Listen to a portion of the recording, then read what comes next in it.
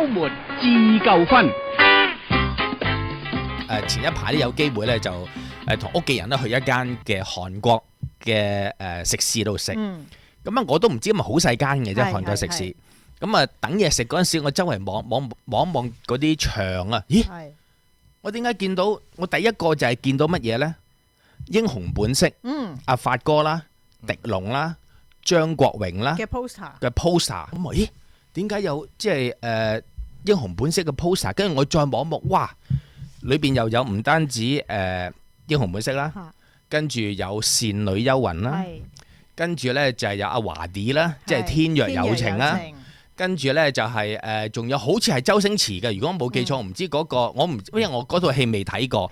咁啊，仲有呢，就係仲有就係《無間道》。無間道哇！我一睇，咦？點解咁犀利嘅？同埋佢啲 poster 係啦，佢啲 poster 唔係即係香港嘅 poster 連上去嘅喎，佢全部係韓文嘅喎。喺你未講回憶嘅時候咧，我真係自刮自己嘅瘡疤。係點解咧？其實咧嗰間鋪頭咧，我係俾阿周國賢去先嘅。係。但係咧，我係冇留意。下次啲美食啊嘛，你梗係啦，係你睇唔係啊？你 poster 咧？唔係你要睇下同邊個去啊嘛？我仲要問佢。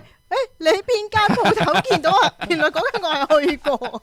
哎呀，即係阿太太，唔係咁啊！阿太太去嗰陣時，可能同自己嘅心上人去，咁啊食嘢係吸引啊嘛，係咪？梗係要望住心上人噶嘛，唔通周圍望咩？睇唔到㗎啦。喂，聽講你都係同屋企人去喎，大佬。好啦，咁啊講翻啦，港產片。嗱，咁港產片其實咧，即係你問我有好多嘅回憶嘅，即係有冇話特別中意邊一套戲咧？咁就冇，但係其實真係即係某幾套戲咧，就會有啲深刻嘅印象嘅。咁譬如《倩女幽魂》咧，就因為張國榮嗰個造型，嗰個造型好有深刻印象啦。咁另外《天若有情》就話啲電單車，跟住就打爛玻璃攞婚紗啦，呢個啦。咁仲有《秋天的童話》啦，船頭尺啦，同埋我好記得因為鐘楚紅係坐飛機㗎嘛，我好似記得佢係帶隻燒鵝上飛機度食嘅，如果我冇記錯。OK。嗱，首先我想問一問嗱，我哋三個講先。如果有人問你，喂，你算唔算係中意睇戲嘅人咧？算。即係入戲院喎，我講入戲院睇，算唔算㗎？算。我唔算中意去戲院睇戲，因為我諗喺我嗰個年代開始咧，已經開始有 DVD 啊，有 VCD 啊，嗰時我都係喺屋企去睇，同埋嗰陣時都係可能翻版最盛行嘅年代咧，即係港產片嗰個嘅嗰個數量啊，比以前個黃金時代已經跌咗好多㗎啦，咁變咗好多時我即係冇乜嗰個動力去入去戲院睇。係。